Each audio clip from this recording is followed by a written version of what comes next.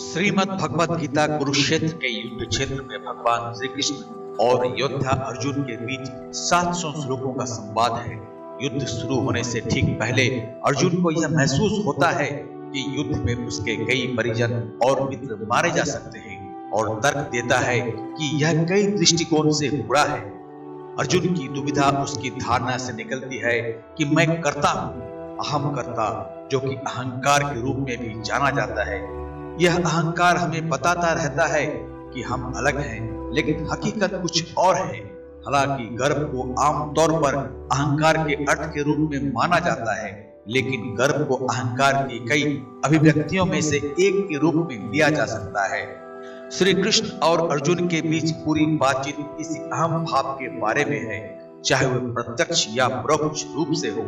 श्री कृष्ण अर्जुन को अनेक मार्ग और मानक की जानकारी देते हैं। यदि हम कुरुक्षेत्र युद्ध को एक रूपक के तौर पर लेते हैं, तो हम सभी अर्जुन की तरह अपने दैनिक जीवन में कठिनाइयों का सामना करते हैं, चाहे वो परिवार हो, कार्य स्थान और स्वास्थ्य, धन, रिश्ते इत्यादि के मामले हो।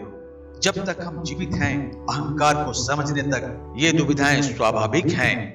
गीता हमें इस बारे में बताती है कि हम क्या हैं, और निश्चित रूप से इस बारे में नहीं कि हम क्या जानते हैं और नहीं हम क्या करते हैं। जैसे कोई भी सिद्धांत हमें साइकिल की सवारी करना या फिर तैरना नहीं सिखा सकता है, ठीक उसी प्रकार कोई भी दर्शन हमारी मदद नहीं कर सकता है जब तक कि हम जीवन को खुले मन से अनुभव नहीं करते हैं। और गीता के मार्गदर्शक सिद्धांत हमें अहंकार से मुक्त होकर गंतव्य तक पहुंचने में मदद करेंगे। ऊपर से ऐसा प्रतीत होता है कि भगवान श्री कृष्ण द्वारा अर्जुन को गीता का उपदेश दिए जाने के बाद से समय बदल गया है। निश्चित रूप से पिछली कुछ शताब्दियों में विज्ञान के विकास से बहुत सारे परिवर्तन हुए हैं, लेकिन वास्तव में क्रमागत उन्नति के दृष्टिकोण से मनुष्य आगे विकसित नहीं हुआ है। दुविधा का आंतरिक पक्ष वही रहता है। पेड़ों की तरह बाहरी अभिव्यक्तियां अलग दिख सकती हैं, लेकिन जड़ जैसे आंतरिक भाग में कोई अंतर नहीं पड़ता। जैसा कि कहा गया है, मंजिल एक, राहें अनेक। गीता में दिए गए सभी मार्ग हमें अंतरात्मा की ओर ले जाते हैं। कुछ रास्ते एक दूसरे के विपरीत प्रतीत हो सकते हैं, हालांकि ये एक वृत्त की तरह जहां दोनों तरफ की यात्रा हमें उसी मंजिल तक ले जाएगी।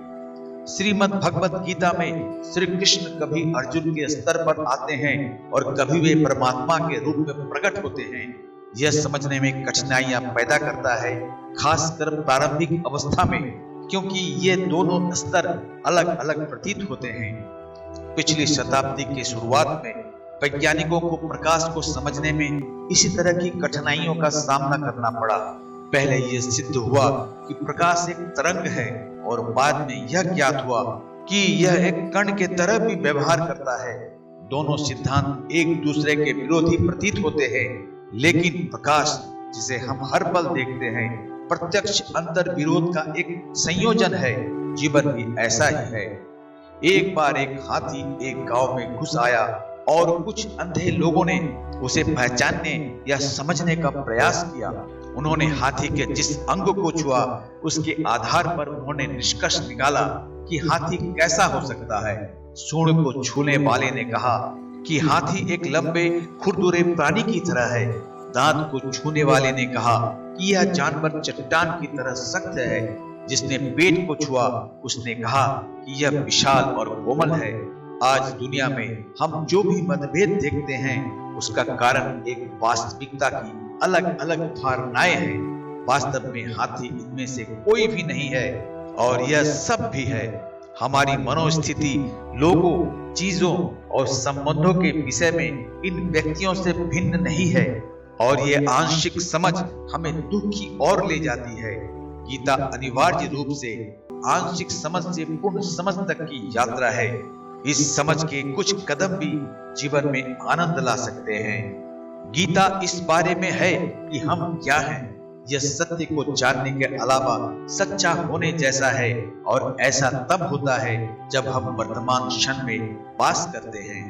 अर्जुन की अंतर्निहित दुविधा यह है कि अगर वह राज्य के लिए अपने मित्रों, रिश्तेदारों, बुजुर्गों और गुरुजनों का वध कर देता है तो दुनिया की नजर में उसकी छवि का क्या होगा। यह बहुत तर्क संगत प्रतीत होता है। अगर किसी को गीता के अनुसार जीवन जीना है तो उसे इस पहली बाधा को पार करना होगा। अर्जुन की असली दुविधा उसके भविष्य को लेकर है, जबकि श्री कृष्ण कहते हैं कि हमें कर्म करने का अधिकार है, लेकिन कर्म फल पर कोई अधिकार नहीं है। ऐसा इसलिए कि कर्म वर्तमान में होता है और कर्म फल भविष्य में प्राप्त होता है। अर्जुन की तरह हमारी प्रवृत्ति वांछित कर्म फल प्राप्त करने की होती है।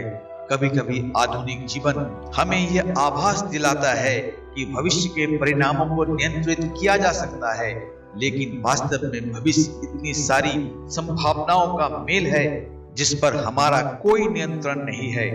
हमारा अहंकार हमारे अतीत पर निर्भर होता है और वर्तमान पर भविष्य को प्रक्षेपित करता है, जिसकी वजह से हम वर्तमान में जी नहीं पाते हैं। अंतरिक्ष के विषय में आकाश गंगाओं, तारों और ग्रहों से युक्त पूरे ब्रह्मांड की विशेषता परिक्रमा है। यह एक स्थिर चाक और एक घूमने वाले पहिए की तरह है। चाक कभी हिलता नहीं है और इस चाक के बिना पहिए का घूमना संभव नहीं है। हर तूफान एक शांत केंद्र होता है जिसके बिना कोई भी तूफान गति नहीं पकड़ सकता। तूफान के केंद्र से जितनी दूरी होगी उतनी ही अधिक अशांति होगी। हम में भी एक शांत केंद्र है जो और कुछ नहीं बल्कि हमारी अंतरात्मा है, और अशांत जीवन इसके चारों ओर घूमता है।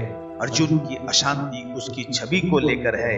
अर्जुन की तरह हम भी दूसरों की आंखों में देखकर अपने बारे में छवि तैयार करते हैं। इसलिए गीता कहती है कि हमें वर्तमान में जीना चाहिए और अंतरात्मा के साथ अपने आप को जोड़कर रखना चाहिए।